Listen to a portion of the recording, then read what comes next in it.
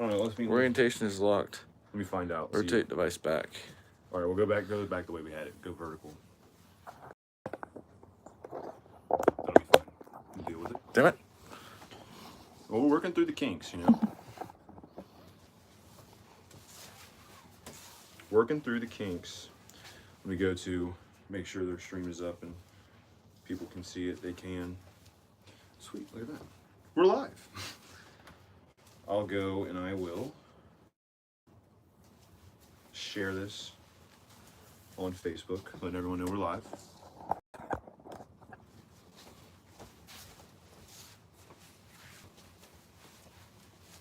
Sweet. All right. No, let's wait for some people maybe to get in. You want to go out and make sure they got it? Yeah. I mean, now as people start. We got one. I think that might have been me. I don't know though. Let me see your tablet. She's good. Okay. Should have 2 now. It says 0, but I don't know. That could be slow. Let me get the message. A couple people. Since this is archived, we can have edit this part out too. Oh yeah, easily. When we upload the actual video part. Mm-hmm. And then we'll just give it a couple minutes, and then we'll just start talking about the matches as we normally do in a podcast. Do you want chairs? Do you want chairs? I don't know. I feel like I can fucking do something. That's good. This is our first time standing for a podcast.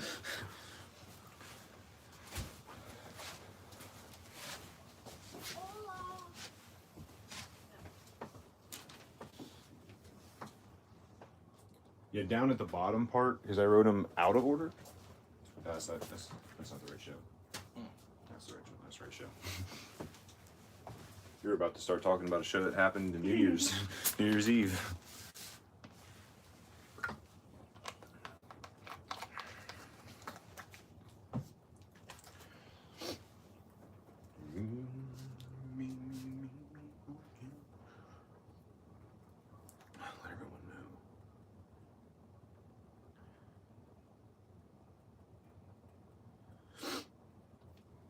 Alright, we got some people now. We got 3. We got 3? Yeah, we got 3. We got any likes? I don't know. 1, maybe? Cool.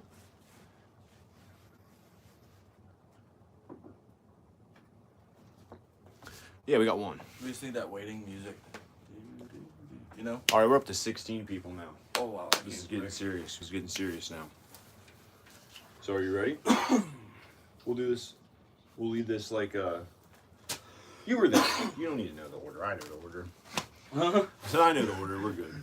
All right, everyone. We're going to be starting this. Squid Game Lover says hi. Hello.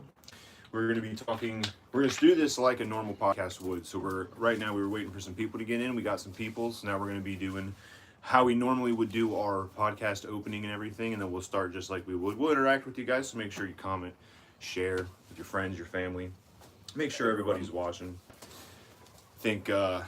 Believe, if I'm not mistaken, we got a share on Facebook. Let me go check this out, I think. Oh, yeah.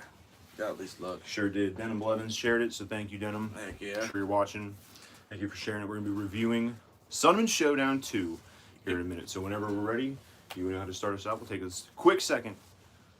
Hey, Angela said hi. Said sup. Sup. All right, ready? Whenever you start want. off how we normally do a podcast. You've been doing the podcast for so long. You know how we normally we're open this thing up. I just ain't done podcasts forever, it feels like. Yeah, it has been a while. All right.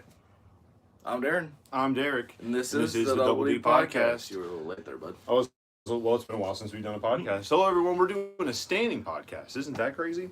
Yeah. We're just changing things up. Just get it out a little bit. Changing things up. Be healthy. So this is also our first time doing a live on YouTube. If this works out, if you guys like this formula that we do, maybe when we do all the reviews, we'll start doing them like this. Thank you for everyone for watching. We see all the comments. Hello, everyone. So, Sunman Showdown 2 happened a while ago now. But tomorrow, the reason we're doing this today is because tomorrow night, Saturday, February 22nd, Battle on the Border is going to be in Morrow, Ohio for New Beginnings. We're going to be previewing that later on. But, of course, before we do that, we have to talk about Sunman Showdown. Oh, for sure. What are your thoughts on the show as a whole? As normal. I mean, I thought it was still a pretty damn good show. Always Just agree. about like normal. Okay, great in-depth analysis as always. So, Sunman Showdown was a great show, other than Ethan Evans. I got to ask you about that. So, for those of you that have seen it, maybe you guys have seen it, maybe you haven't. We did an interview with Ethan Evans, which was impromptu. We weren't supposed to. We were going to give you guys a behind-the-scenes look at what was going on in Sunman Showdown. But Ethan Evans interrupted, and he may or may not have threatened me. He may or may not have stuck something to my throat. I don't know what YouTube's rules are, so I have to be careful. Where were you at? You didn't help me out at all. I got my interview. You've been wanting to interview Ethan for a long time, but you're just going to let me get attacked. Like, basically, I mean, I could have been seriously injured. You weren't, though? Yeah, because I was smart. See, I'm walk not out and then let me do my interview. I'm not going to get attacked like that. Denim Blevins says, "You guys are my heroes in life." That seems like a lie. I appreciate the lie, though. That helps. That helps me sleep at night. Thank you, Denim. Oh, but listen, I am upset about it. That's why we waited. I mean, we've been arguing for weeks about it. You know, we finally buried the hatchet, though. It happens. I said I'll only do the review if we're standing. And now we're standing because he had to let Ethan Evans pull a weapon on me. But hey, I didn't let him do nothing. He can do what is. You didn't start to stop him? I ain't getting in the middle of it. Well, you think I'm going to when he got a Sharpie thingy? Sharp. No way. Well, we'll get to that later. He got his later on in that night, so we'll get to that in a minute. So we're gonna do some quick. Hopefully that'll stay. Hopefully this stream will stay. Picture up. okay? Yeah, let us know in the comments how everything looks, how everything sounds. First I'm doing it, so there's going to be a lot of, fixing around with it until we figure out the. All right, Sunman Showdown. Let's jump into it because I'm sick and tired of staying here and talking about nothing. You didn't even jump. About me getting attacked. Start off the night with Marion Fontaine and Paul Hubris. Now, Marion Fontaine has been in Battle on the Border. He's had 2 matches. He won 1, lost 1. I believe, if I'm not mistaken, he beat Gaston Leroux in Versailles. Yes. And then he lost to Benjamin Chimera that same night at Armageddon. Now he's back. Zero Gravity Division. This was the debut for Paul Hubris. He's, I believe, from Scotland? Ireland? I think Scotland. That's a problem because I don't think they like being confused with each other. So I'm just going to say it's one of those countries. Well, I'll let you say that so you can come kick your butt. He's one of the first first person that I know of for sure that we've seen on the Battle on the Border roster who, other than Madison Payne, she's also from England. Mm-hmm. So we're starting to get international. Battle on the Border is going international now, which is pretty cool. It is pretty I cool. mean, well, that's pretty people cool. across the pond, as they say, are starting to hear about us. A pond? More like an ocean. Well, they call it a pond, but they're not. Well, that's a big old pond. That's a big old pond. They're from Europe. They don't know the difference. Anyway, so Marion Fontaine, Paul Hubris. This was going to be a #1 contenders match for the Zero Gravity title. This would be a huge opportunity for Paul Hubris winning and then immediately getting the Zero Gravity title opportunity. Be able to jump right into in the future. That's huge. And Marion Fontaine, obviously, fan favorite, comes out, looks like Freddie Mercury. I mean, he has a lot of energy. He's got it. So I was pulling for him. But always good to see people debut. So I was excited to see this match. It was a great match, a lot of back and forth in this. It is Zero Gravity, so it was very high paced, a lot of action, fast. Marion Fontaine did get the victory. Now, this is where I wanted to ask you about it, because throughout the match, Marion Fontaine would be pinned, but Paul Hubris was grabbing the ropes. First couple times, the referee let it go. Gave him a warning, said, hey, get off of him, gave him a count. I believe it was the 3rd, maybe it was even the 4th time that he had done it, though. The referee kicks the rope. When he does that, Paul goes backwards. Marion Fontaine, I guess Paul wasn't expecting that, obviously, from a referee. Well, no. And Marion Fontaine gets the pin, 1, 2, 3, victory, and he gets out of there. So I wanted to ask you, because I know you were rooting for Paul. We were talking about this matchup before. Yes. Of course, you're rooting for Paul Hubris. Yes. How do you feel about the referee doing that? Because we know Paul Hubris is very upset about it. Underhanded tactics. I believe, if I'm not mistaken, you got these refs coming out doing underhanded tactics. You know, it's bad when you can't even trust the refs to do a fair match. I believe, if I'm not mistaken, that he's actually filed a complaint with BOTB officials. Good. Denim and the board, and I believe he's filed a complaint, which that might be the first time a wrestler's filed a complaint. That brings it back all the way back to Shark Boy. Oh. They get another ref get in, and now they have these refs getting in. I think all the refs should be fired to get involved. All right. Well, I think the referee was doing the right thing. You can only let someone do that because we're talking about underhanded tactics. Well, yeah, but kick the ropes. That's not very professional. Well, it's not very kick 'em off professional the to hold ropes. on. They were trying to cheat to win. Well, that happens. You gotta have a little bit more professionalism to actually get them off Well, the the rope. referee, Right. the referee. Well, what did you want him to do? Get off the rope. And I guarantee you would let it go. Well, you have to imagine the referee was a little bit frustrated because he had warned him multiple times. You gotta have more self-control than that. Well, eventually, at some point, you reach your limit. Well, then call it. Well, he did. Anyway, he called the 1, 2, 3 when it happened. No, call if you get that frustrated where you have to kick the ropes, just call it. Well, Call it a DQ. well, the ending would have been the same then. Marion Fontaine still would have got the victory. Still, he's letting his emotions get to him. All right. Well, either way, point is Marion Fontaine did get the victory. That means he is #1 contender for the Zero Gravity Championship, and he will be facing Avery Hertz for the title at New Beginnings. So I'm very excited about that matchup, but we'll get to that later. We'll talk about the full card, so stick around for that. Yeah, and next, let's also talk about how the refs are going to help him win it too. so let's talk about Paul. So what do you think he should do next? What is his course of action? Because I think Jump back into it. I believe if he filed a complaint with BOTB officials, it seems like he not only wants a rematch with Marion Fontaine, but I think if I know Denham as well as I do over the past couple of years, I think he's going to give it to him. He should get it. So, and I guarantee you, if he gets it, he's going to take full advantage of it. I'm sure. Well, he knows. I mean, he's coming in. I mean, listen, Battle on the Border has great competition. When you're jumping in here, maybe he didn't know what to expect. Now he knows what to expect. And he knows he's coming pissed. If he's gonna cheat, if he's gonna use underhanded tactics, as I say, he's gonna have to be smarter about it. Yeah, these referees, the refs use underhanded tactics. No, these referees aren't taking it anymore. They're nipping it. They're going to cheat for anybody to win. There's not okay. You know what? We have more matches to talk about, but I just think you're always rooting for the refs. It's like you daggone football games. Everybody roots for the refs because they know the refs are going to help the other team win. Chiefs. Hey, but yeah, you know what? No, they didn't help in the Super Bowl. Let's go Eagles. Yeah.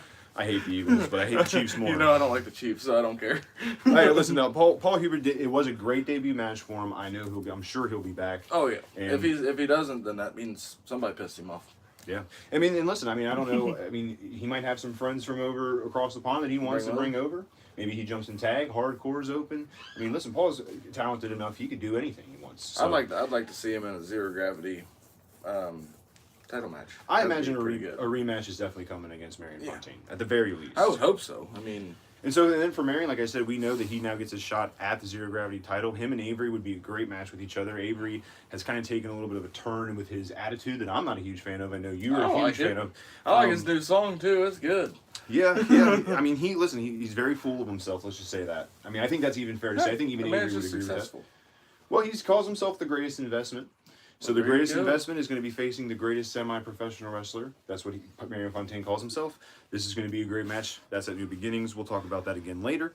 Now, coming up next, we have Slammin' Sammy taking on Paris McQueen. That's what we're going to be talking about next. Now, Paris McQueen, not too long ago, won a match that gave her, she shocked, I think, the whole BOTB brigade by beating Ari Alexander to become the #1 contender. So we all just assumed that when Sunman came around, she would have her shot against Shauna.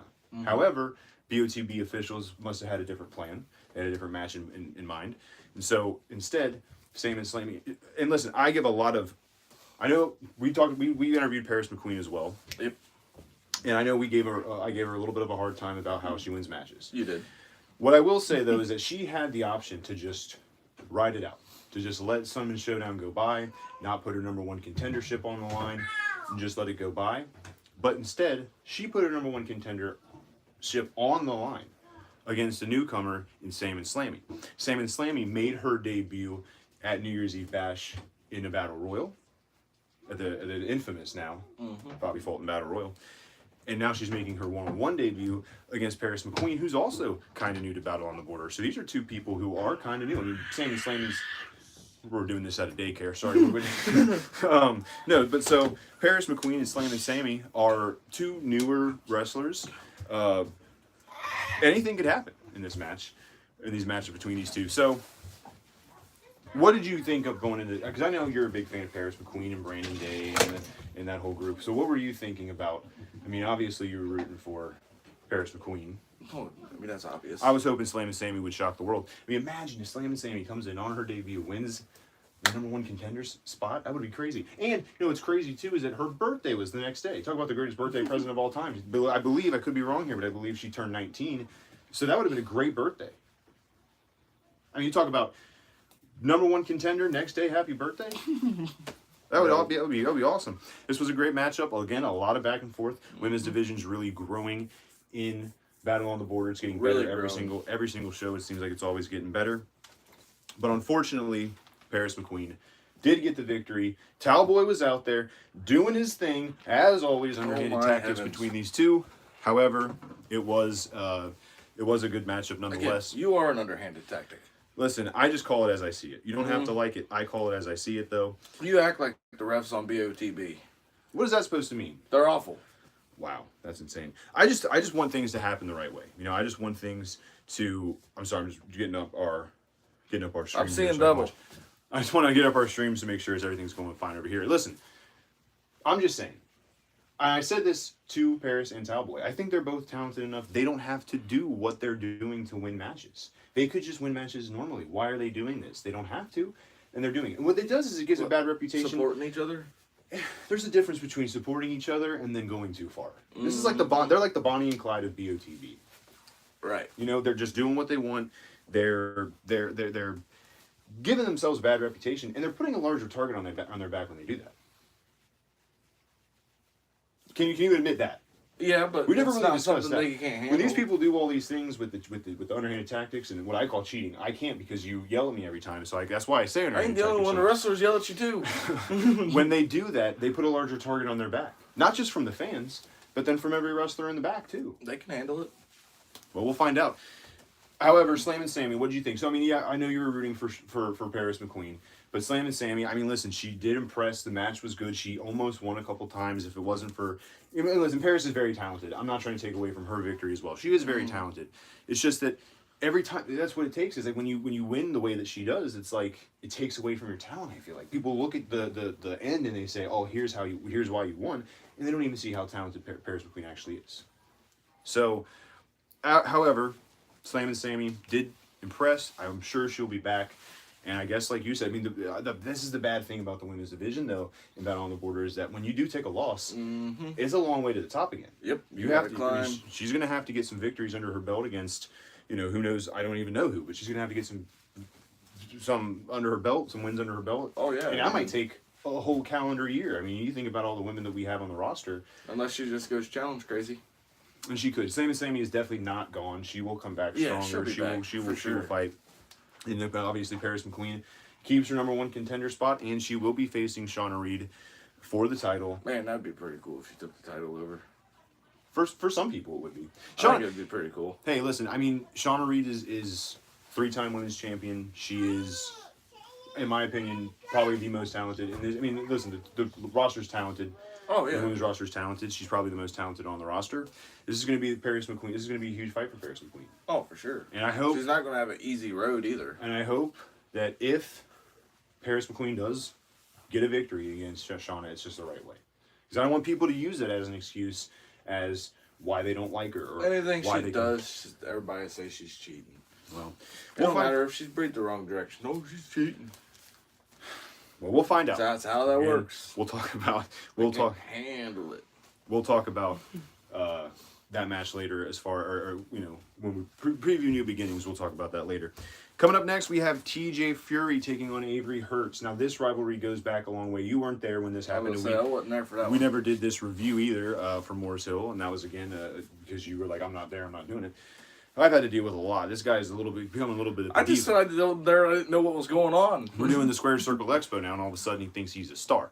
I mean, look at me. I did an interview by myself, got more views than when you're on them. All right, that's fair.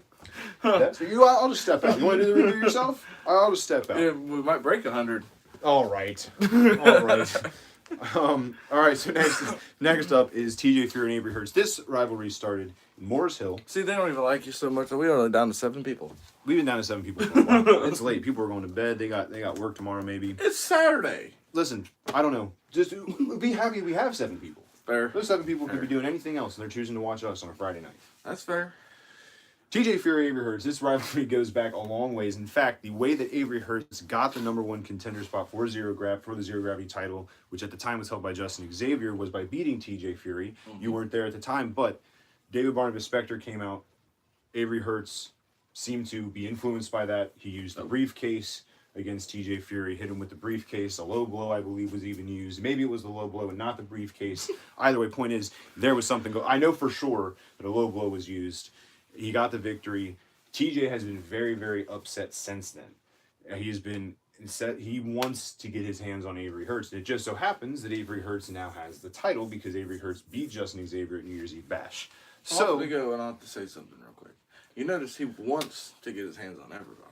TJ? Yeah. Well, TJ, listen, TJ is, in my opinion, if you are to rank, especially the younger wrestlers in Battle on the Border, people who have made their debut at least in the last year to like 2 years, I think TJ might be at the top of the list as far as people who have won the BOTB Brigade over.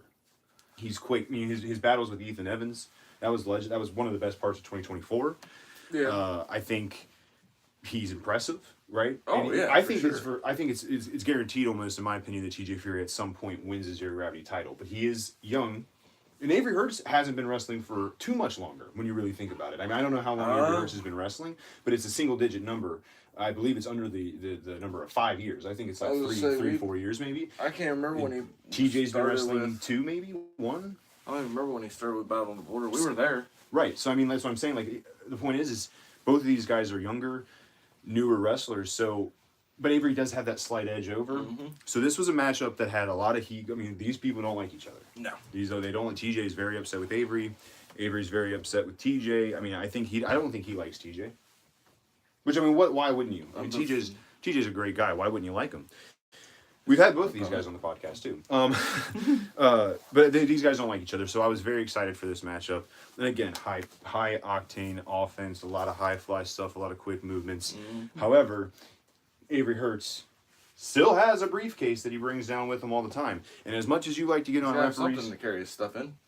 As much as you get on referees, what does he have in the briefcase? I don't know. He has the title. Why don't you ask him?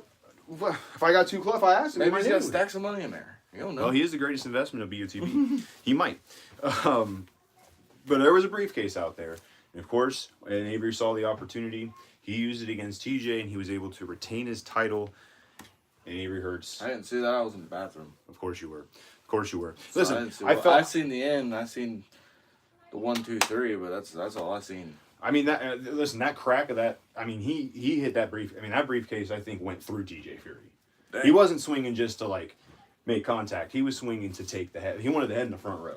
Worked, didn't it? TJ was. I mean, listen, TJ was a little wobbly going to the back. I mean, he got hit hard. I mean, this attitude change that Avery has. I mean, listen, as much as I don't like what he's doing, I got to give him this. It's working. Yep. And that's unfortunate. That's unfortunate. That's fortunate. That's going to make a lot of people want to maybe try to do that. You really liked him the other, last year? And I don't know what's been. I don't know what's going on with this guy. Well, I have a feeling it's that David Barnabas Spector character. It's working. If he's under any type of thing with David Barnabas Spector, it's obviously working. He's improving. Here's my thing. Well, but Avery didn't even give Bobby Fulton a chance. He won the Bobby Fulton Battle Royal, had one match, lost, got mad at Bobby. He was gone for a while, comes back, and David Barnabas Spector saw the opportunity, I guess. He went and searched for a manager. And he beat Justin Xavier, who was a Bobby Fulton guy. There you go. So that's one, I guess. I didn't really think about that until just now, but he's doing it the wrong way. Avery's talented enough. He could do it the right way. He's doing it the wrong way. He did it the right way. He went to find a manager. He came back once he potentially had one, because I don't know if he's a manager or not. Potentially had one, if that's what he was looking for. Or he just went for advice. That's the thing, too. I mean, it's not like David Barnabas Spector's walking out with Avery. We know David Barnabas Spector loves to attach himself onto people. Makes himself known. That he's helping. He wants the credit, too. Listen, I mean, he's not... So he's not walking out with them, but you could be right. Maybe it's more of an advice then, where it's like, hey, this is what's going on, and this is what I need to fix. That could be. That really could be. Well, either way, Avery Hurts got the victory. So let's talk about this. I mean, obviously, Avery's going to be defending the title at New Beginnings. We'll talk about that later. TJ Fury, though, I mean, what's next? I don't think he is done with Avery Hurts. especially after I don't the way think he TJ lost. drops as low as what people think because he climbs so damn fast.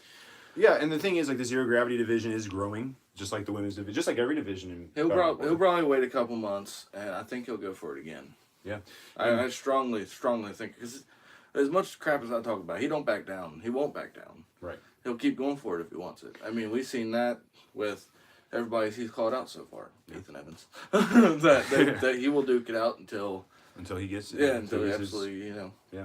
Well, he won't be waiting for months because he's also at New Beginnings, but we'll talk about that later.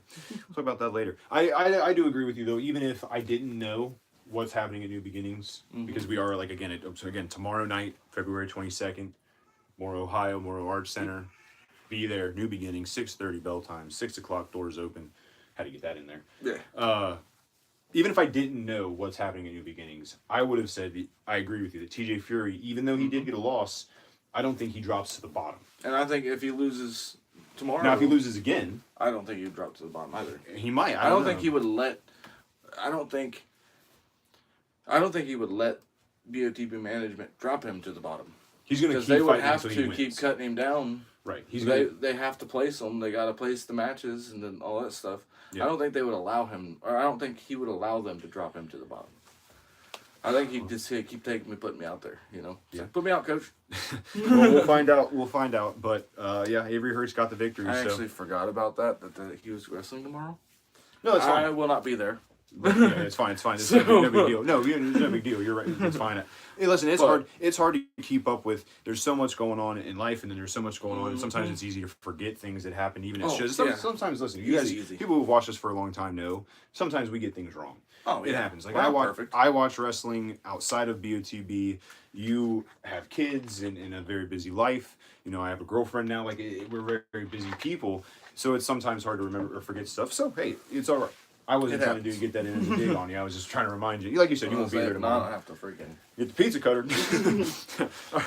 Moving up next. This was a matchup that I was very excited about because we have actually seen Paxton Calloway in tag team action before facing the same team. However, he has a different a different partner this time. Yes. And that's because of his manager. So people who know Paxton Calloway is the BOTB heavyweight champion. He has Bobby Fulton as his manager. And at New Year's Eve Bash, there's a controversial ending to a battle royal who we still to this day have absolutely no idea who won, who lost, what happened to the money.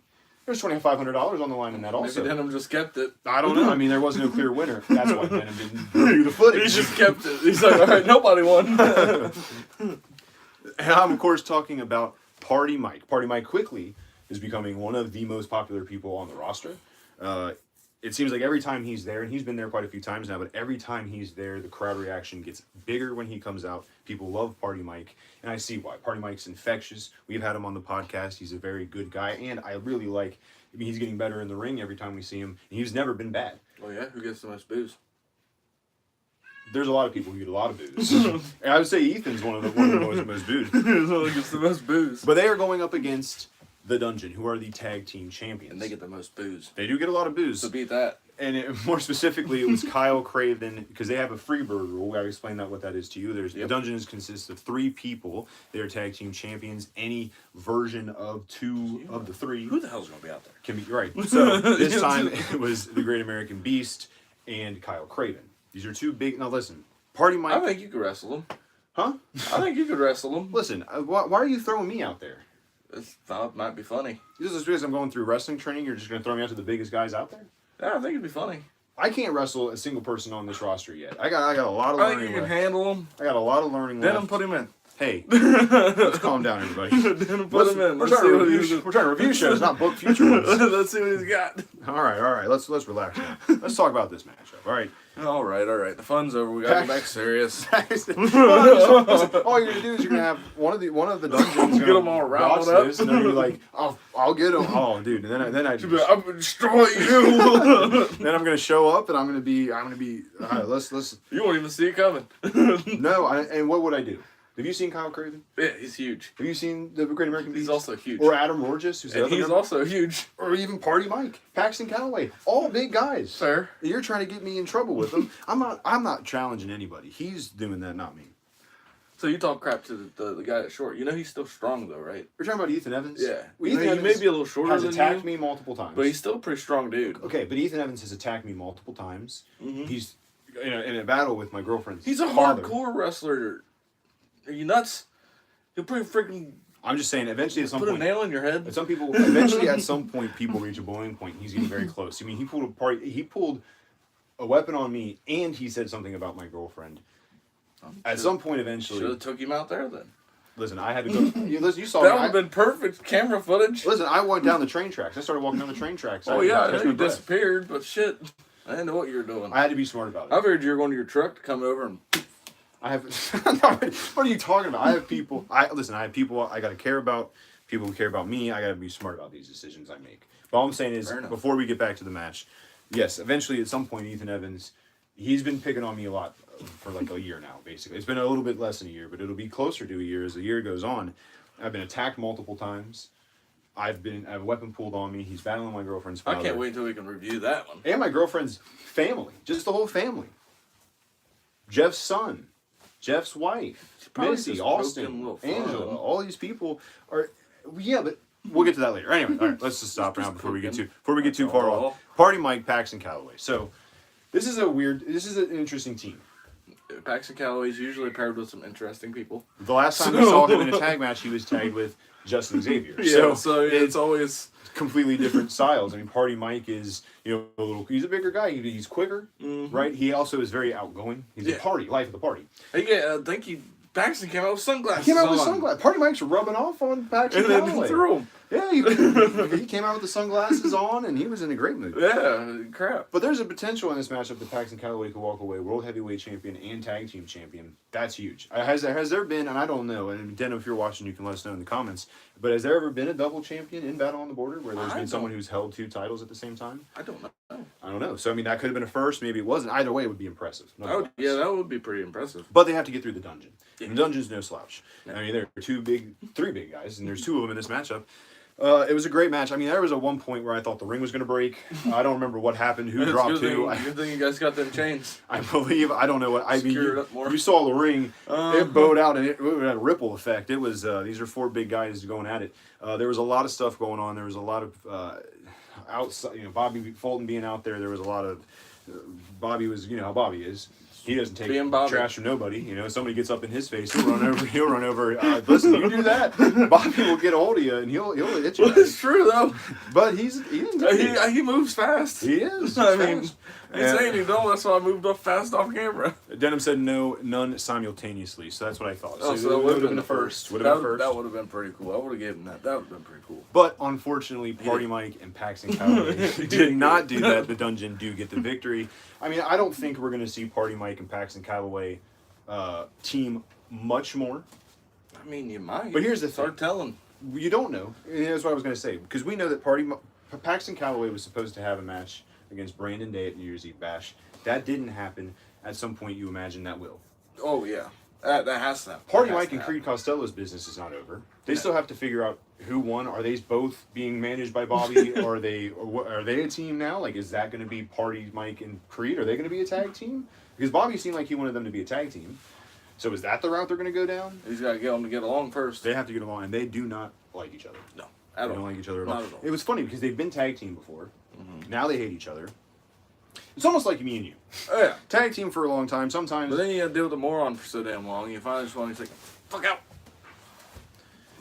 Yeah. Yeah. Oh, am I the only feeling that way? No, I feel that way. I'm just saying, yeah, you're right. I was trying to think of something funnier to say. I couldn't think of anything. But, the dungeon. Hey, someone said hi. Hi. Hello, Savannah. She's in another room. She's just outside the door. Oh, she's right outside the door. No, she's in another room. Oh, she's in another room. I thought I heard her voices out here earlier. But so we do know what's next for the dungeon. This is huge news. This is, in my opinion, one of the biggest things that's for New Beginnings. This is one of the bigger things that's happening. The dungeon is going to be taking on Ricky and Kerry Morton. Now, yes. Ricky Morton is a WWE Hall of Famer, Rock and Roll Express. Kerry is his son. They're going to be doing a seminar earlier in the day. And then after that, they're going to be taking on the dungeon. Now, obviously, Yeah, I mean, I saw you. You were excited for that match too. You're upset about missing it. Sucks. 'Cause that's like a. So, we'll get to it later, but just know that's a match that's happening. I'm very excited about that. So we know what's next for the dungeon. Party Mike and Paxton. I don't know. Paxton, like I said, They might just say screw it, tag team. It's hard telling. I mean, they seemed like they got along. They had great chemistry. They were working well together. He got sunglasses on. He had sunglasses on. I mean, maybe. I don't know. He comes out, gets him, get him more hyped. He starts jumping around. Imagine a big dude coming out all jumping around and acting goofy instead of big and intimidating and. Well, he's got wanting to bite your face off. See, the thing is, when he's the UTB heavyweight champion, though, he's got a lot of targets on his back. You know, he's got it though. He looks scary even if he has sunglasses on. Oh yeah, no, yeah. Well, when he wouldn't even fit in this room. He'd be able to punch my ceiling fan out with his head. yeah. So we'll see what the future holds. Next up is a match that I had a lot of interest in for obvious reasons. So, for those that don't know, BOTB has a training class. Sergeant Ledbetter is the trainer of the first class. Takes place on Wednesdays. That's the part of the class that I'm a part of. That was mediocre.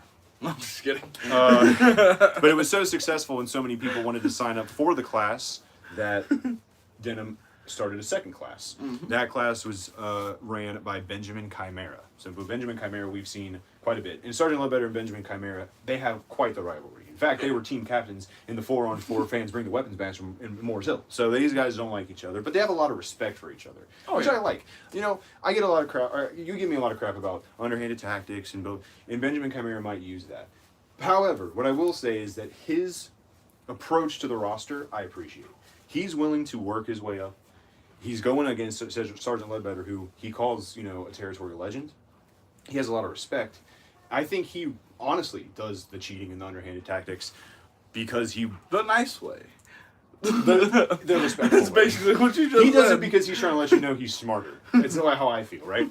However, this matchup, there was a lot going on in this one. Benjamin Chimera came out and he started talking trash about the Monday class. I wasn't a huge fan of that. Let's get to some comments here. We have Savannah says, your channel is the best. It is the only one that my mom lets me watch. That's awesome. And then Denham said, my mom won't let me watch. I am sneaking. Yeah. You might get in trouble. I'll message your mom right now, Denham. I'm telling. I'll message her right now. I'll let her know you're watching. Why isn't she? She should be watching. Where's Mama Blevins at? So, Benjamin Chimera comes out though, and he talks a lot of trash about the Monday class. About the Wednesday class. Excuse me. He's a Monday trainer, talking a lot of trash about the Wednesday. Hold class. up. Reverse. Who came out? Benjamin Chimera. He is not the Monday. Is he Monday? Oh yeah, he is Monday. Okay, yeah. I just wanted to make sure Yeah, you were on the right track before I. Yeah, he's the before Monday we trainer. went too deep. He's the Monday trainer. He comes out talking a lot of trash about the Wednesday class, which I didn't know I was going to get so upset about it. Because if you would have told me, hey, Benjamin Chimera is going to come out, he's going to talk trash about your training class, I would have been like, okay, whatever. Like, of course he is.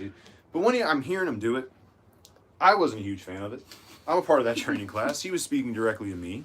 So I got a little offended. I ain't going to lie to you. What? Then he mentions my girlfriend by name. Not by name, but points at her and says one of them rolls her ankle all the time. That's a low blow. What's the point of that? Then he winked at her. Did you know about this business? He's gonna steal your girl. You know about this business? I heard about that. He's gonna just scoop her up, walk away with her. He's a big. I mean, what are you gonna do to stop him? I'll try my best. Is what I want to do. He'd be like, well, that stuff's real good. Nope. Stick his arm straight out. Nope. Well, I don't know. But here's what I do know. What I do know is that Sergeant Ledbetter, he is also a very prideful person. Yes. Right? He takes a lot of pride in the class that he runs, and he thinks it's the best. Yes. So he didn't take kindly to Benjamin Chimera's words. These guys do not like each other. So, of course, when this match started, there was no love lost between the two. Now, it started off as a real technical battle. I think if you're an outside fan, now I know Benjamin Chimera and Sergeant Ledbetter, especially Sergeant Ledbetter because of training. I know what he trains like. I know that he's very technical. I've heard from people in the Monday class, we don't talk anymore, but beforehand we did. Now we don't like each other, we don't talk. But the Monday class, but when I did talk to him, I learned that Benjamin Chimera is also very technical, right? They're teaching these students how to be wrestlers, not just entertainers, wrestlers. They want you to know how to grapple and stuff. And that's how this match started, respectful, a lot of grappling. It was a back and forth chain. Wrestling is what they call it. It was very entertaining. I was watching along with every other student of the Monday and Wednesday class. At some point, though, of course, it goes south, and they start slamming each other, doing crazy stuff. It was a great match, a lot of back and forth, and it was very highly contested until, of course, Benjamin Chimera noticed that the walls were closing in. Wednesday was going to prevail over Monday. At some point, by the way, there was a Wednesday sucks chants, which I wasn't a fan of. Mondays are obviously the worst day, just in general. But I just wanted to get that in there. Wanted to get that in there. I forgot about that. But when he felt the walls closing in, Benjamin Chimera got back to his roots. Kind of what I said earlier about almost cheating to let him know that he's smarter than you. He picked up a chain, and he hits Sergeant Ledbetter with it, and he gets the victory. 1, 2, 3, Benjamin Chimera wins. Now, at the last show, I was doing security. Yeah. We had to help Sergeant Ledbetter out. I don't know what Sergeant Ledbetter's... I mean, we've had a couple training... Listen, I think Wednesday... it was you and your classmates, wasn't it? Yeah, it was. And the Wednesday after, he took it out on us. I mean, he wore us out. I mean, he was putting holds on people just because. Like, he was... I think he was just angry. He was getting... So, I know how he feels about this. We'll again get later what he's doing at New Beginnings. But this one hurt. This was a personal pride one. This one hurt Sergeant Ledbetter. This one hurt. So, I just want to let everyone know that Sergeant Ledbetter does. He was upset about it. He knows what happened. He reviewed the footage. He's seen what happened, so he knows. Sergeant Ledbetter New Beginnings is going to be getting into the hardcore tournament against somebody. We'll talk about that later, so we know what's next for him. We also know what's next for Benjamin Chimera, so we'll talk about that. So, but anyway. What is your impression? This was your first time seeing these two training people going against each other. I've seen it. You haven't yet. So what was your takeaway? Who was your favorite? Now, you know that Sergeant Ledbetter watches. I don't know if Benjamin Chimera does. Part of me hopes he doesn't because I've said some things. However, what's your thoughts on this match? It was a really good match. If you had to be in the training class, who would you want as your Benjamin Chimera. You want to think about it for even a second? Why not Sarge? I got to get a drink. Tell everyone why not Sarge? Well, should I start the list? Well, go ahead. Well, he lets a bunch of goofballs in his class, first place. Who's the goofballs you're talking about? Well, you're in it. Yeah, that is true. But listen, I've been... Second off, you know, he's going to teach you in class, but he's not going to teach you all the good stuff that Benjamin Chimera could teach you. Like what? What good stuff? Like cheating? Like hitting someone with the chain when the ref's not looking? Benjamin Chimera has a whole thing going for him. Okay. He knows what he's going. Okay, I get what you're saying, but I just think, you know... What was he in WWE? He had a tryout match with WWE, I believe. A couple tryout matches with WWE. Listen, that's the point. Listen, I respect Benjamin Chimera, of course. He's a legend in the game. I think if I could be wrong on this, but I believe between the two of them, 50 years of in-ring experience combined. You know, obviously 25-ish years probably for both. So, I mean, I think both probably debuted right around the same time I was born. Well, around the same time we were born. Probably. So, I have a lot of respect for both of them. Oh, yeah, I didn't say I didn't have respect. I say it's just goofball in his class. Okay. I mean, that's a little different. Why don't you let me? I still got respect for him. I think Denham let me in. I don't know why he let... You were supposed to be in that class. The goofball runs the class. Runs the whole thing. Denham Blevins. Goofball lead the goofballs. You're talking a lot of trash because you're not a part of the... You were supposed to be a part of that training class. And I also should have been part of Benjamin Chimera, but then I got put on second shift. Oh, my God. The list goes on and on with this guy, doesn't it? Oh, my shoulder hurts. You're lucky I wasn't. You're lucky I wasn't. All right. Well, anyway, I make you look like a little girl. Point is that we know what's next for both of these guys. Like I said, Sergeant Ledbetter going into the hardcore tournament that's happening at New Beginnings. Benjamin Chimera is getting a title shot. We'll talk about which one next. Again, we're getting through this card, and then we'll talk about it. So the next match that we have on tap is the title match. Now, this was a teacher versus student match. What are you doing? Yeah, that's the number 6. So that's blank. We got blank match. Okay, yeah, okay. So it's a blank versus a blank. This is usually what we cut out of the podcast, is him doing this. So what happens is that I wrote down all the matches in no particular order. Then I go back and I put a number down below so I know what the order is. And he saw me pointing at the blank one, and he said we got blank versus blank. That's disrespectful. This is what we have to deal with. And then eventually at this point, this will get uploaded, unedited. For the first time, we'll have an unedited episode. And people are going to see what I have to deal with all the time. My sister edits out this. She don't edit that much. No, she doesn't. I'm not that bad. Come on now. All right, teacher. Gosh, you act like I blurp up every single word. All right, next one, teacher versus student. This was Shauna versus Madison Payne. Now, this was an interesting match because I would have thought if you would have asked me on, early January what I thought would happen at Sunman, I would have thought that it would be Shauna versus Paris McQueen. And instead it was teacher versus student, Shauna versus Madison. Now, Madison Payne, she's young, very talented. I was going to say she 100% deserves it. Has obviously got the attention of the booking committee, a part of BOTB, Denham Blevins. Shauna Reed is the champion. Madison Payne was trained by Shauna Reed, so it does make sense why this match happened. It was very interesting going into this matchup. I was very interested to see how it worked, because trainer versus student is something that could happen in the future for a lot of you with the BOTB training class like we were talking about. We could see that in the future. So this is kind of setting a precedent of maybe what to expect when those matches happen. Yep. Shauna, champion, she has been a great champion. She defends it all the time when she's here. She's very popular, man. She's overseas. She ain't told nobody no yet that I know of. Never, of course not. Of course not. So this was a great matchup, a lot of back and forth action as always. However, Madison Payne, as talented as she is, was not able to get the victory over Shauna. There was a lot of great moments in this matchup. Again, we could spend hours on each match talking about everything that happened. Yeah. One match would be a full hours-long review if we went to the in-depth play-by-play. And it was very obvious throughout this whole matchup that you could see that Shauna was almost testing Madison to see what she remembered from the training days. And it was Madison who was almost showing Shauna, like, hey, I know more than you think. And I'm not saying Shauna Reed came into this matchup not taking Madison seriously, because I think she was. However, I think she came into it maybe a little, resting on her laurels a little too much of, hey, I'm the trainer, I'm going to know more than her. I think she had to adjust mid-match and say, oh, she's learned more. Like, she's impressed, she's grown. Well, because you learn the best with experience. Yeah. Right. And then she's finally got in there and got a few matches in and all that fun jazz. So I'm sure she's learned quite a bit since training. Yeah. Oh, yeah. It was obvious. And like I said, Madison is very talented. What's next for her? Because she is, again, we talked about it earlier with Slam and Sammy.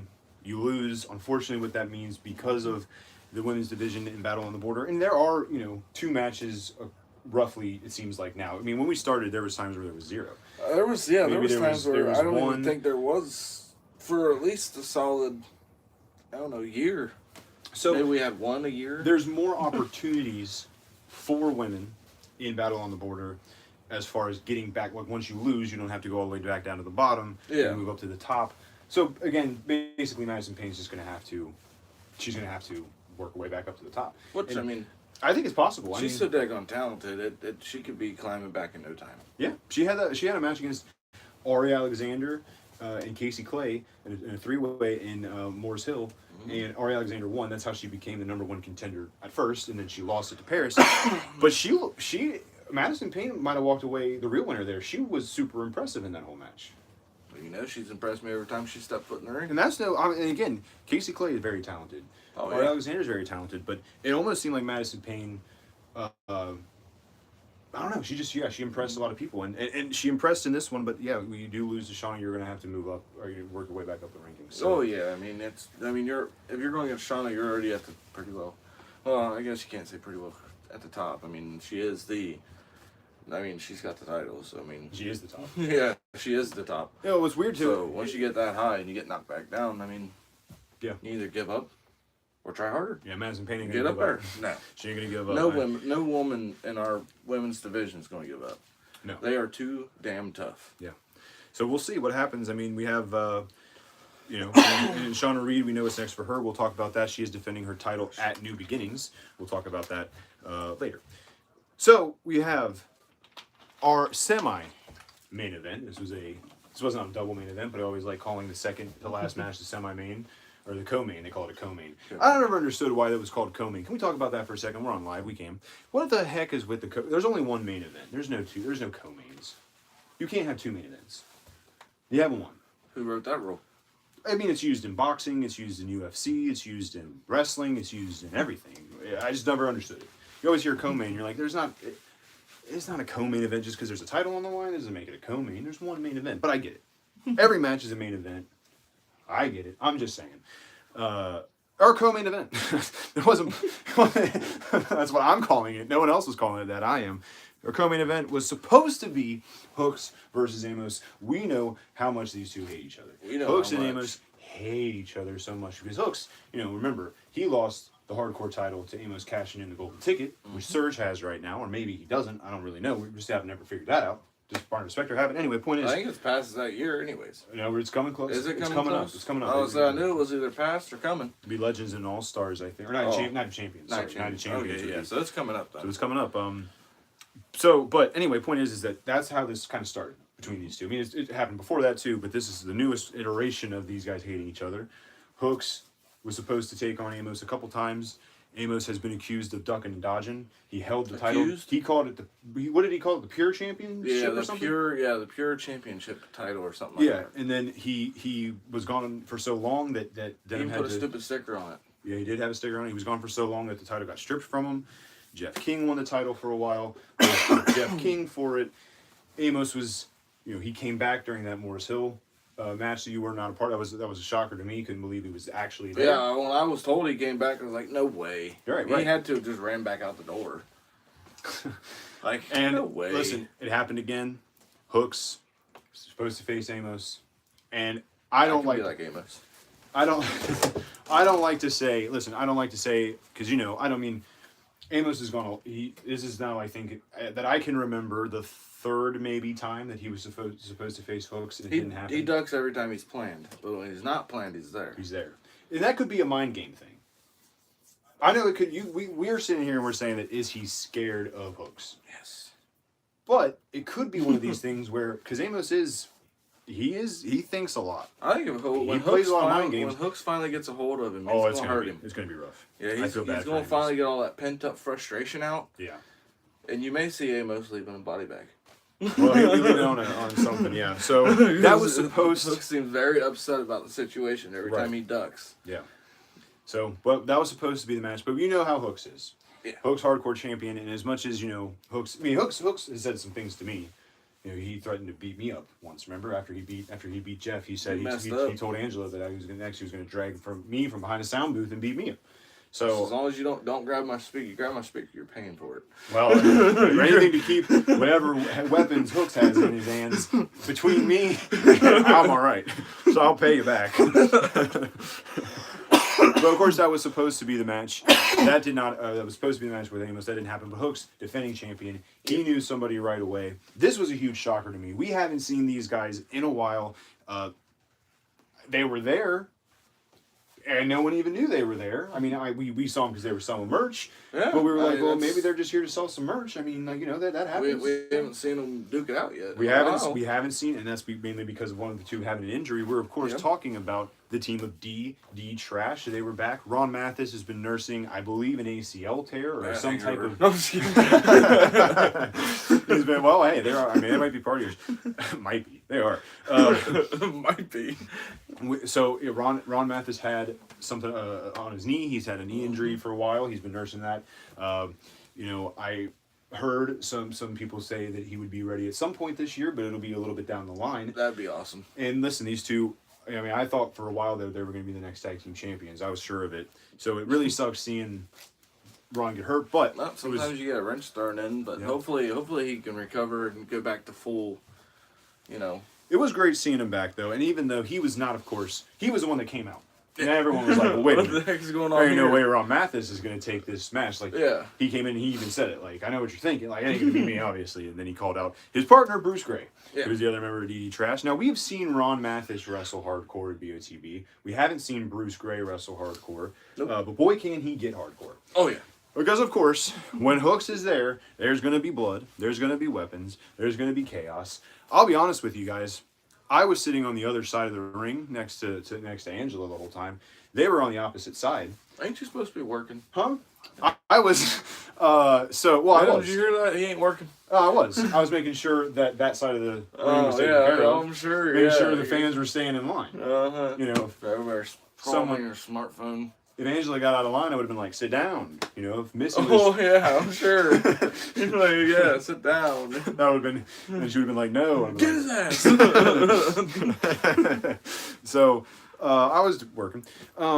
Anyway, they were on the other side of the ring, so a lot of what they did, I mean, people were jumping up and down. I got to see the whole thing. You got to see a lot of it. I mean, I think there was at one point, there were some chairs laying on the ground, and Hooks got DDT'd into him, and it split his head open. He posted pictures on Facebook of a gash. It required stitches. Like, these guys were... That's nuts. Bruce Gray ended up... This is why I was over there on the other side, because they did come over to the other side, remember? And Bruce Gray went to go hit Hooks with something, and he accidentally hit Ron Mathis with it. And he got hit, and he was bleeding. I had to make sure the fans were staying out of the way. I mean, there was barbed wire weapons being brought up. There was a lot of stuff going on. So I was in the right spot. Thank you very much. But it was a crazy matchup. It was a wild matchup. I Hooks liked it. did get the victory. He did retain the hardcore title. And we've seen a little bit of an attitude shift in Hooks lately, where he's a little bit edgier now. He's not afraid to yell at the fans. He's yelled at Jeff King's family who comes to shows. He's yelled at... He almost hit Jeff King when he wasn't looking, which is very unlike the Hooks that we know. You got a man that's tiptoeing on your title. Yeah. Well, I don't blame him. I'm not saying I blame him. He is getting... He's a mind game thing. Mm-hmm. Hooks is smart, and he is a 3-time hardcore champion for a reason. So he did get the victory, and I was just wondering after this match happened, I was wondering, what would he do? Would he attack? Would he get a microphone and get his blood all over it like he normally does, and you know, yell and hit Bruce and attack Ron in the knee? Like, I mean, I don't know. Hooks is unpredictable. Just kick him. What I didn't expect was that they were going to do the DD Trash Strut in the ring together. Yeah, it was pretty cool. All three of them, even Ron, even though he had to hop. Hey, was doing it. So Hooks seems to be maybe coming back to the side that we know. When we know Hooks can get mean and nasty if he needs to. Oh yeah, we he's haven't got seen to. that. But this is the side of Hooks that we know. He did come over and tell me that he liked me and that Angela was lucky that he liked me. So I don't really know. I was happy that I heard that, but then I thought about it. I'm like, wait a minute. I'm like, what is he trying to say? Is he threatening my girlfriend? What is he doing? Like, you know, it took me a second. So me and Hooks are still on shaky terms. I'm not going to tell him that. So if he's watching... He's probably watching this right now. I didn't think about that until just now. So, all right. Well, so, I'm still a big fan. And I think Derek still has the weapon that I had you sign at his house. I do. need to get that. I do. It's in my bedroom. I threaten it with him all the time, just keep him in line. I'm like, stop. He gets a little wild. Stop. You know, gotta keep that weapon very strong. Whose blood does it have on it? Hooks'. No, of course. Of course. Why would it have anyone else's? So we know what's next for Hooks. He's defending his title in Morrow. We'll talk about that later, of course. We have one more match after this, and we'll talk about what's happening in New Beginnings. Also have to miss. Damn it. But, So I also have to miss. Yeah, Damn it. you do.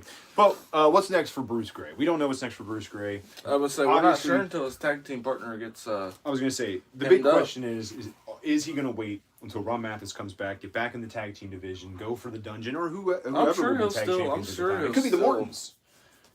It could be Ricky and Kerry Morton. I'm sure he'll still get in the matches. Or will Bruce Gray jump back into the hardcore? He could do zero gravity. He could go after Paxton. He could do whatever he wants. He's a veteran. He's been doing it for years. Sky's the limit. He's extremely talented.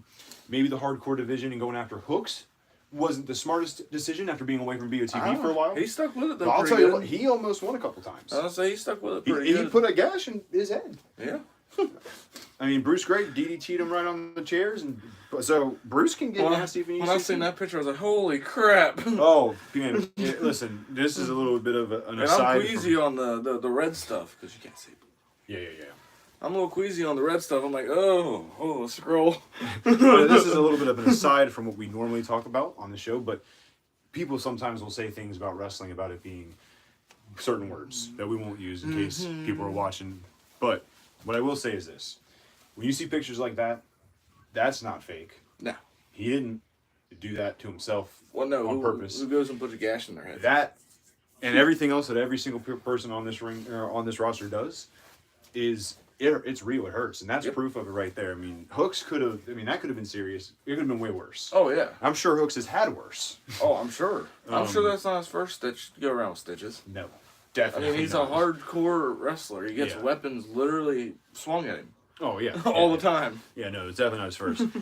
So we'll see what's next. Like I said, we know what's next for Hooks. Yep. We'll see what's next for DD Trash. Hopefully, Ron Mathis will recover quicker than expected. Yeah, because I'd like to see DD Trash back in the ring. I love DD Trash, and so we'll see. You know, we got a lot of shows coming up this year.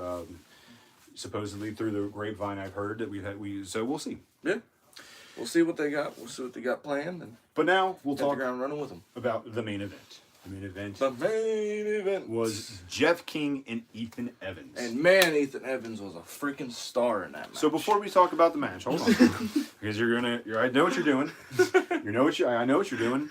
So we're gonna wait because Ethan and Jeff don't have a long storied rivalry to the fans. No, I know the King family a little bit more. I don't know them hardly at all. I know. At Morris Hill, it was the first time that these guys really crossed paths. Okay, we know that Ethan got involved in New Year's Eve Bash also in Jeff King's match, but the Morris Hill was kind of where it started. Ethan got hit with a weapon. I don't remember what it was now, but he got hit with something. Probably had barbed wire on it. Probably had barbed. It was probably wood. I think he threw Ethan Evans' head into a ring post, or maybe Ethan did it to Jeff. That's where it started. And Ethan has since had almost like an obsession with Jeff King. And I thought it was because he had the hardcore title. But even past the hardcore title, even after Jeff lost the title, Ethan has continued his obsession with Jeff. I don't know if it's the fact that the fans that Jeff brings hates Ethan Evans so much. I don't know if he looks at Jeff and he's like jealous almost of the fact that he got the hardcore title before him. I don't know what it is, but I know that he's had a real obsession. You guys have seen on BOTB's Facebook page, you guys have seen he is slipping. He's going off the deep end, especially after this loss and but he's been slipping. He's been losing his whatever little bit of sanity he had. He's losing it. Does any hardcore people have sanity? Well, that's true. I mean, so going into this matchup, for me personally, I knew that this was a huge match for both of these guys. Jeff wanted to silence Ethan, and Ethan really wanted to beat Jeff. I don't know what his obsession is. I didn't have a chance to ask him, and you didn't ask him what his obsession with Jeff was. You were asking him what his favorite flavor of ice cream was, throwing him softballs. Oh, that was a good one. I should have asked him. Damn it. I'll have to get another interview with him here soon. If you want another interview, you got it. Just let me know when. Well, we're going to have when he watches this. Breaking news on the podcast. Jeff King will be on the podcast coming up. So, and you're not going to be there, which I think is a coincidence. What a coincidence. Isn't that a crazy one? Oh, we're going to have Jeff on the podcast, by the way. Oh, I won't be there. It's because you're having a time I can't be there. I literally cannot be there. Jeff King, Ethan Evans. I knew how much this match meant. I can't go to the show tomorrow. Get over it. Jeff King and Ethan Evans. I knew how much this match meant. I was very excited for it. That Ethan, sucks. I'll be in that interview. Damn it. Ethan came out first. Hey, real quick. Do you want me to ask Jeff a certain question? I'll ask him. If you tell me now. He might be watching, but if he's not, I'll ask him tomorrow. No, I wasn't going to ask him questions. I just wanted to watch. Yeah, okay. I see how that is. Interesting how that works. You don't want to say anything stupid. You get yourself in trouble. No. All right, Jeff and Ethan. I knew how much this match meant. Jeff was on his way to the ring. Ethan came out first. Jeff was on his way to the ring, and before he could even get a chance to step in the ring, walk around the ring, do anything, Ethan takes flight. Hits the ropes and does a tope suicida, dive out to the side, hits Jeff square. I got to be honest with you, impressive. All right, I'll say it. Impressive. I'll say it. I hate to say it, but it was impressive. I have watched the dive quite a few times. At least you can give credit where credit is due. I have to. That was quite impressive. So, kudos. But the rest of the match really did not go Ethan's way. It wasn't a complete decimation. It wasn't. I was supposed to say he was still putting in there. He was still putting up a fight. Oh well, Jeff was bleeding. And I have a picture I was sending to coworkers because they were asking me about what happened over the weekend. I was sending pictures and there was busted open everywhere. Yeah. I mean, he had a pizza cutter at one point. He was using the pizza cutter that he used on me, on Jeff. Imagine if that was you. You'd been able to cover a lot of surface area. So Jeff and Ethan had this match. At some point, Ethan on the outside gets a chop by Angela. That was cheating. Missy gives us underhanded tactics. It's not underhanded tactics because it's hardcore. Underhanded no tactics. No rules. Why does his family have to help him win? It's not about There's no rules. There's no rules. It's hardcore. There's no rules. Okay. So you're allowed to do what you want. And Ethan said something about Angela, Missy, and Jeff's son Austin. Said something well, about they can plan a different date to duke that out. Why does it have to be right mid-match? It wasn't getting mid-match. an advantage. It was beginning. All right, still in the middle, like not. I mean, fine, listen. not in the middle of the match. At the beginning of the match, that's wearing him down. Each hit, wearing him down. Well, I don't know. Angela said, "Whoa, now." I don't know what. It didn't wear him down. My bad. It didn't wear him down enough. I mean, he was obviously still kicking at it. Yeah. But I hit him a little harder. You want Angela to hit Ethan harder? Is that what you're saying? She should have. I- Because apparently it didn't do nothing. I'll tell you what. It was a heck of a chop. And then Missy, which is Jeff's wife, Missy, she slapped the taste out of Ethan's mouth. I did see that. Oh, it was. I was standing there and I was looking, but there's a lot of people I couldn't completely see. I just heard it, and man, even I was like, "Ow!" I kind of felt a little bad for Ethan for a split second, and then I was like, went back to enjoying what I was watching. You were probably wanting to jump in. Listen. The reason I walked away earlier was because I knew what was coming for him. I knew that Jeff was coming for him. I didn't have to do anything to Ethan. Fair. Me and Ethan at some point in the future, maybe we'll cross paths at some point. Once training's over, I mean, he's still maybe going at you. So maybe it won't. I don't know. He's still going at you. He seems to be obsessed with me also. He's obsessed with the Kings. He's obsessed with me for some reason. I don't know. I mean, I know we're all good looking. So maybe that's why. He does look like he got his hair cut from, he last time he got a haircut was 2005, and his hair just hasn't changed since then. Straight out of Hot Topic. You know what? Straight out of Hot Topic. We're going to talk to Rick about. Maybe that'll be his entrance. Straight out of Hot Topic. Straight out of looking like a My Chemical Romance music video. No, listen, Ethan's tough. I mean, he is very tough. He's extreme. He proved himself. There was any doubts. I mean, he did it in the Fans Bring the Weapons match. As much as I dislike Ethan, he is tough. He is a tough MFer. I mean, he really is. He was giving Jeff a run for his money. He really did. At some point, I was starting to get worried. I mean, there was chairs, there were so many weapons going on. Ethan brought out thumbtacks. Yeah. And what I've noticed is that usually whoever brings out the thumbtacks, they're so focused on pouring the thumbtacks that the other person's getting up, and they end up getting put on the thumbtacks. So Jeff put Ethan through the thumbtacks, and then at some point there was barbed wire wrapped around this shelf thing, and he put it in between two chairs, and originally looked like Jeff was maybe going to go through it. It looked like it was almost going to be like a suplex through it or something. Yeah. Ethan ended up going through that, and that was what caused Jeff to get the victory. Jeff gets the victory over Ethan. So Jeff did get the victory. We know what's next for these two, which we'll talk about in a second. Mm-hmm. But what was your takeaway from this matchup? Because this was, I was telling you a little bit about, I knew how personal this match was going to get. Ethan made it extremely personal, and I said it on Facebook that it is I've been hit by Jeff. He gave me an elbow. You saw that video. He gave me an elbow, gave me a clothesline. That hurts. Let alone if he has a weapon in his hand. Ethan making it personal was a decision. Not a good one, in my opinion. Hey, I think he stood his ground pretty good. He stood his ground very good. He could have won. It could have, honestly. Had he not went through that last weapon, he could have took that. If he would have reversed that, he could have took that home. I mean, I had no doubt Jeff was going to pull it out. But there was parts in that match where even I was a little bit like, hey, this is not going how I thought it was going to go. So, I don't know. But, it was a great show. Great match to end the night on. Jeff King gets the victory over Ethan. Like I said, since then, Ethan has really, his sanity has slipped. Whatever little bit he had, he does not have anymore. He's shooting promos and he's sending videos in graveyards. Maybe he's dissing somebody. With weapons in his hand? Didn't he have a weapon in his hand when he was there? I'm going to go here and I don't have enough time because I'm so busy. I'm so booked right now. Oh. That I have to go here because I don't have time. So I'm going to do that and then I'm going to do my promo and then I'm going to go to the next show. Maybe that's the issue that he was having. I mean, that's a pretty heavy issue. I mean, I don't know. I mean, his promos are getting interrupted. You notice that? Have you seen that? Yeah. Where it's like they get, what's that? I don't know. Actually, I really don't. I mean, listen, I'm not scared of Ethan by any means. But what I am saying is that was a challenge. That was a challenge. It's going to be interesting to see in Morrow what's changed in him. Yeah. Because he is a part of Video the hardcore tournament. Oh yeah, of course. Video for me. So we'll see, but it was a great show. Sunman Showdown, always a good show. Can't wait to go back. I'm sure we'll be back next year. This was the second year we went. If we wouldn't be, I'd be mad. First show I think it's a good show. First show was great. Second show was even better. I feel like it always just keeps getting better.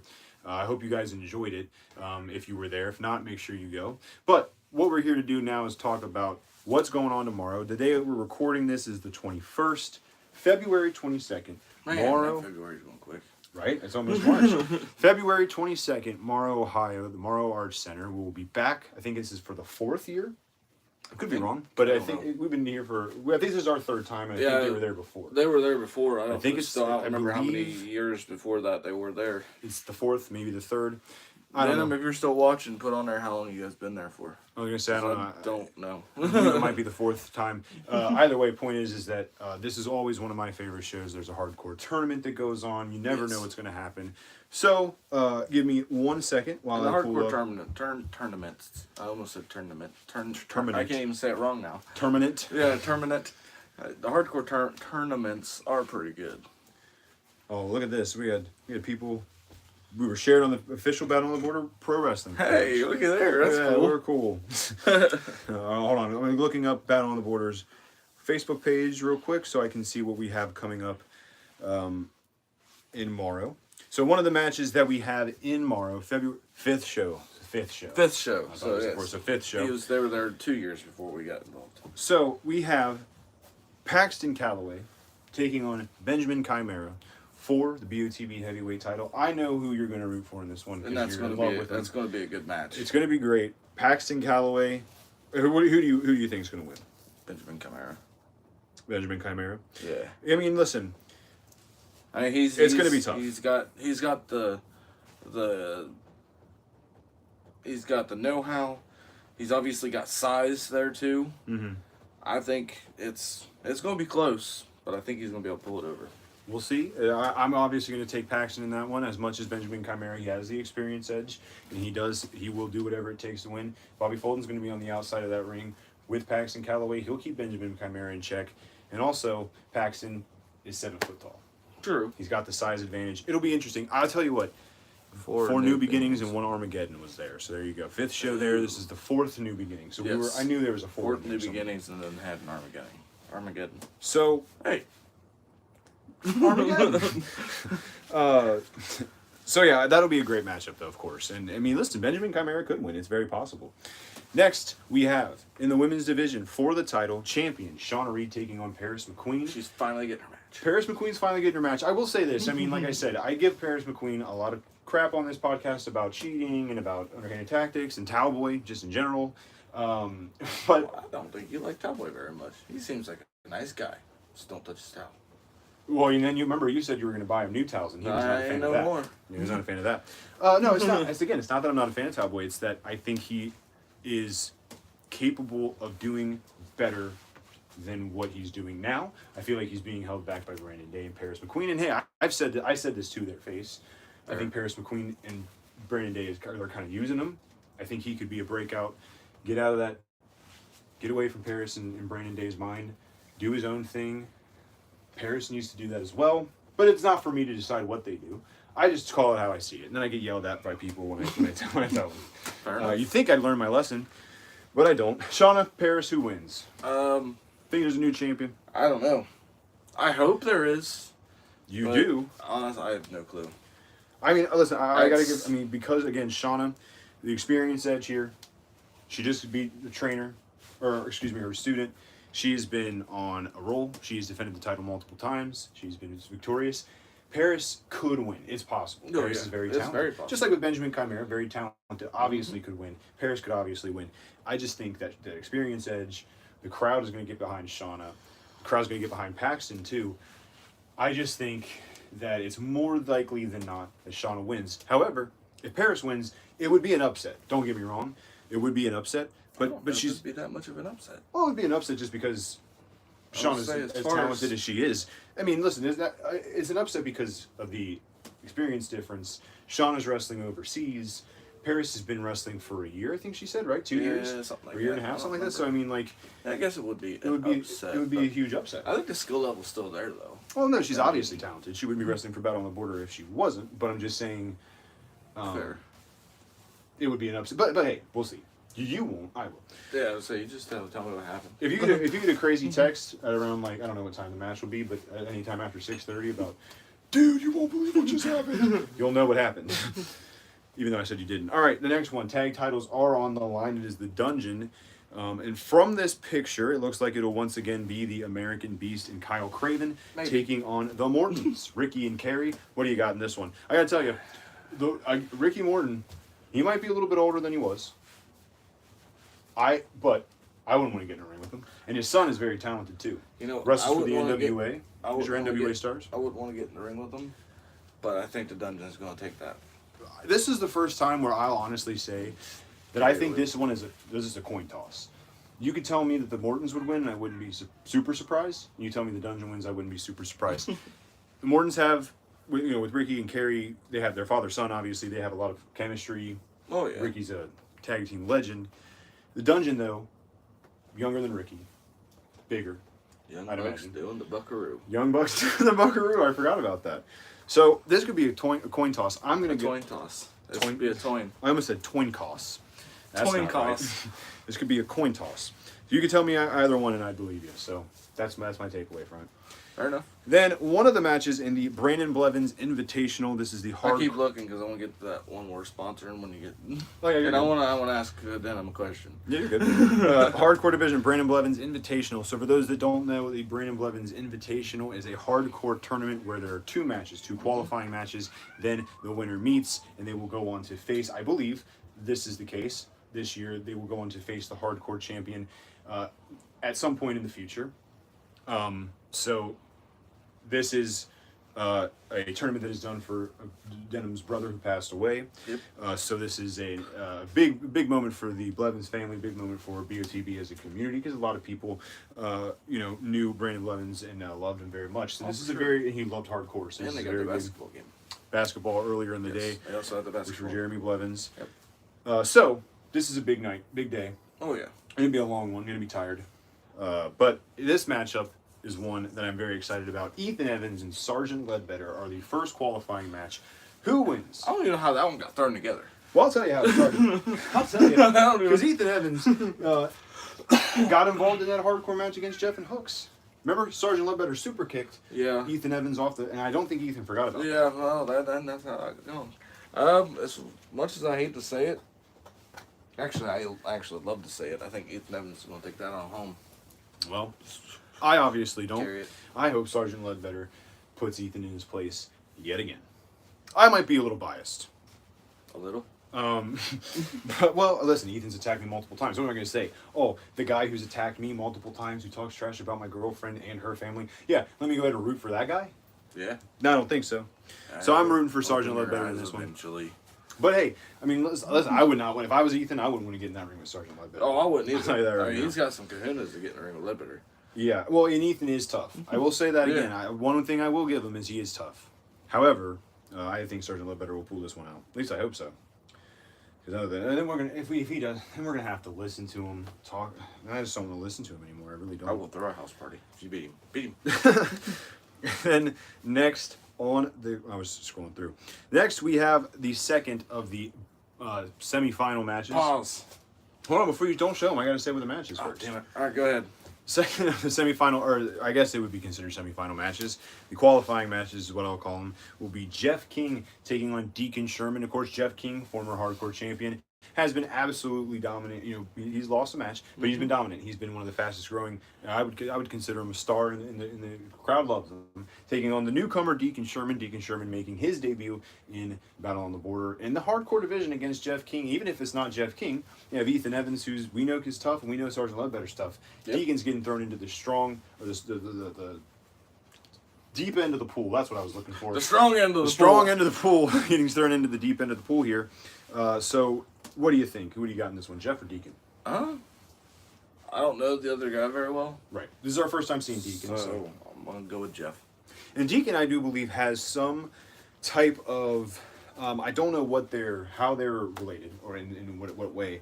But Mikey Anderson, Mikey Anderson, who does the commentary with Meat Hook Jim. The guy that yells all the time? Yeah, it's very loud. Very mouthy. He got hit by Jeff King also. We didn't even mention that. He did. He got hit.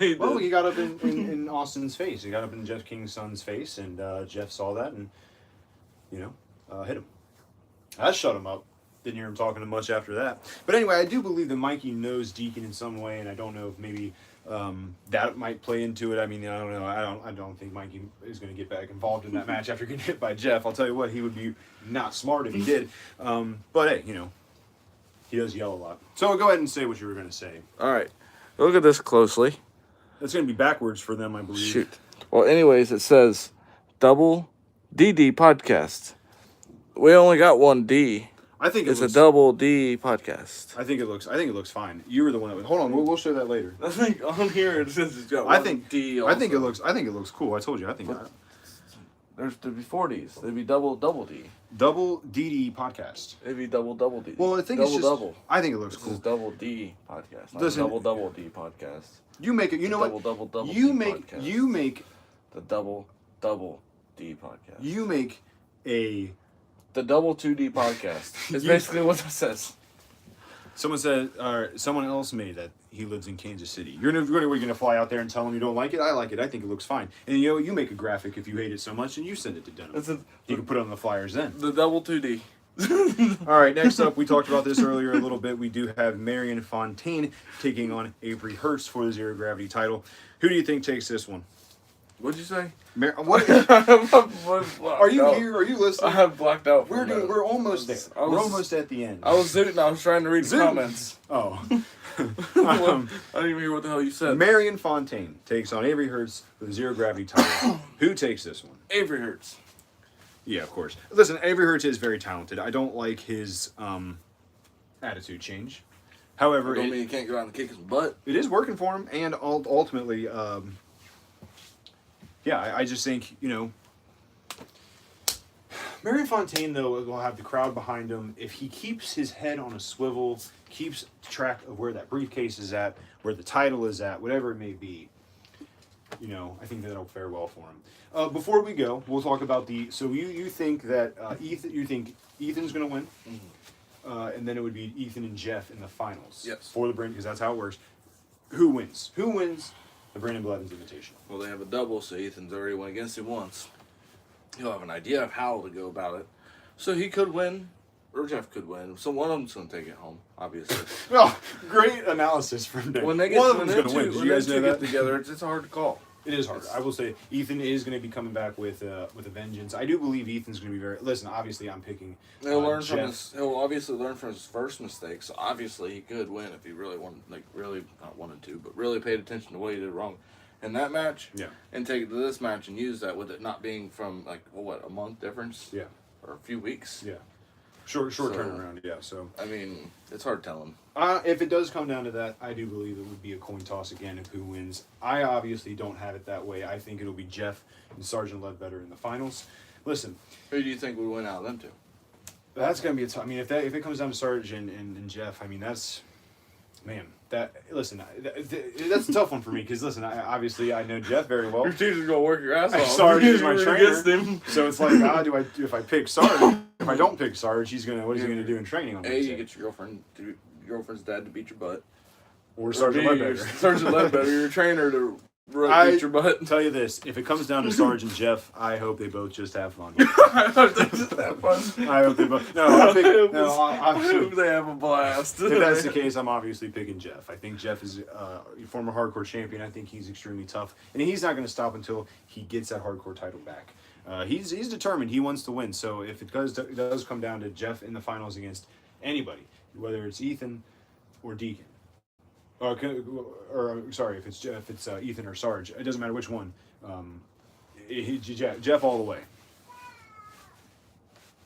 That's how you stay out of the doghouse. That's how you just stay out of the doghouse. I think you just gave your secret away. No, obviously, no. In all seriousness, if it comes down to Sarge and Jeff, it could be either. It really could. Could be either. So obviously Darren is he's doing this for a reason. Before you do that though, we got to announce why we're doing this before you start moving the camera around. We're doing this for a reason. So behind us, all right, hold on, stop. Behind us we have had the whole time a banner that was made. It's a thing. And there's a reason this banner is made. That is because hole in it. Squared Circle Expo is coming up, and we will be there at the Squared Circle Expo. Give me a second, and I can check these dates out. I know you're ready to get out. You're done with me. You're done dealing. No, I'm I done just want to dealing show with them you. this just wanna fantastic piece of fabric. Want to make sure I got the dates right. And you got to plug who made it too. Don't be one of those people. I will. Just give me a second, guys. Don't be one of those people not plug it. Everyone, give me a second. April 25th and April 26th, we will be in Indianapolis for the Squared Circle Expo. We are going to be setting up a table. At the tables, I'll be there. You will be there, and as will Denim will also be there. We will have with us at the tables Rob Conway, Congo Kong, Which is pretty sweet. and Paxton Calloway would be the other one that we have at our tables. I don't know if I told you that. That's plans have changed. It's going to be Paxton who will be with us. Yep, So that I'm very was excited about just that. told about I don't know. I don't know if I was supposed to say that, but I did anyway. So make sure you're there. If you're going to go to the Square Circle Expo, make sure you stop by and say hi. And if you go to the Square Circle Expo, make sure you have a great time. I'm super excited about it. It'll be the first time that we are going to be at the Square Circle Expo. So I'm excited. I don't know.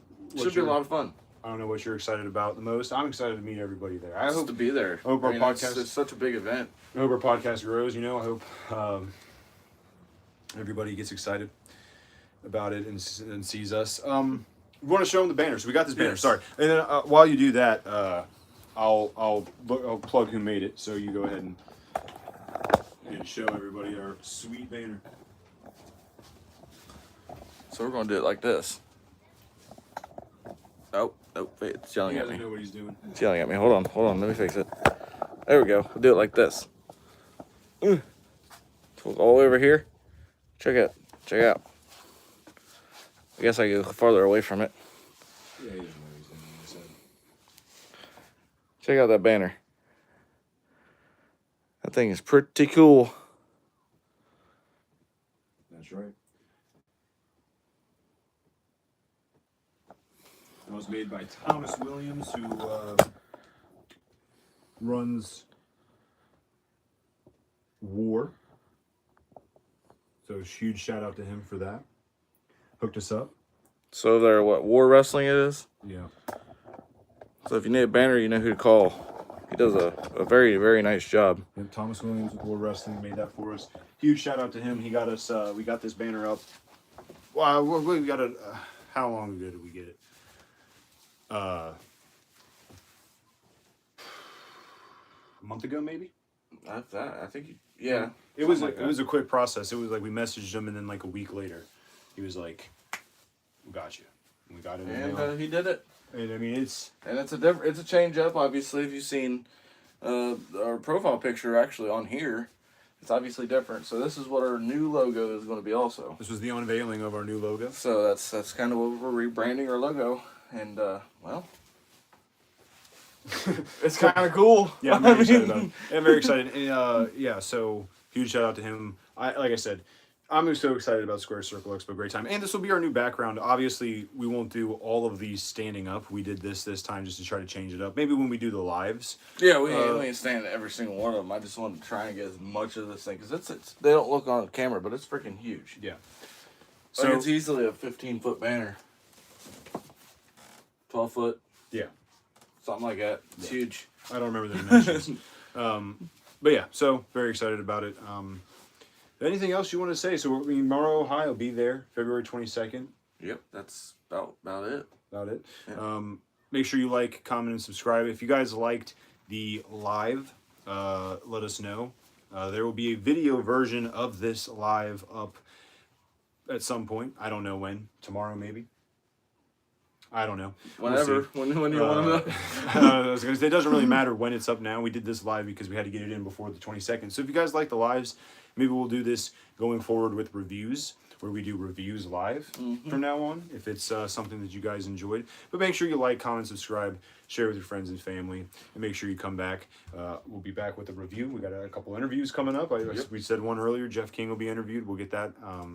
And then we got a couple other ones that we'll keep secret for now, but they'll be coming up. So yeah, they're creeping. You can follow us on Instagram, _D_podcast. You can watch us on TikTok, the WD Podcast 1. Yeah, now the TikTok's back on. Yeah, TikTok's back. I think the last time we did a review. We said TikTok's not gone, so don't worry about it. I think the only thing I have to plug anymore is we got an email till it gets shut down. Yeah. Duffledy Podcast at gmail123@gmail.com. Make sure you email us and we ain't got the Facebook thing's going to. By the way, Facebook. Don't worry about it. It's going to be gone. we don't have a Facebook. It's going to be gone. Facebook thought we were just too damn handsome for Facebook. So, Yeah, our Duffledy Podcast Facebook you're too hot for Facebook. is going away. We just never posted on there. Let's be honest. We just decided to get rid of it. So They copyright strike us for something. No, I told you this is it's a fake. It's a fake. It's from Meta. It's a fake. No, it's fake. I'm telling you now, it's fake. He's falling for fake ones over here. I guess we'll see when they shut it down. Well, if they shut it down, it's not like you ever posted on it. I'm not clicking the link. Yeah, So I'll you tell know you why? that. I don't Because want it's Facebook to fake. get hacked. It's fake. Oh, great! No, great podcast today. You did a good job. Follow me on Twitter, DJJub00. Yeah, follow this goon on Twitter. I don't ever tweet really, He's not on Twitter. but it's not Twitter anymore. It's X. Yeah, stupid. What are we doing? Yeah, stupid. Follow me on X. What else do we got? So yeah, review coming up. If you like the lives, we'll do these from now on. And I would like to get a few random little lives in at some point. yeah, we want to try to use some more non-wrestling related ones. So if you got ideas, let us know. So let us know. Message us if you know us. Message us what your ideas are. If you see us at shows, you can always come up and say hi. And not goofy ones for certain people in the comment section. Yeah, I agree with that. All right, if that's it though, I guess that's it. We'll see you guys tomorrow. How tomorrow? I don't even know how to stop this thing. I think you just hit the X button there.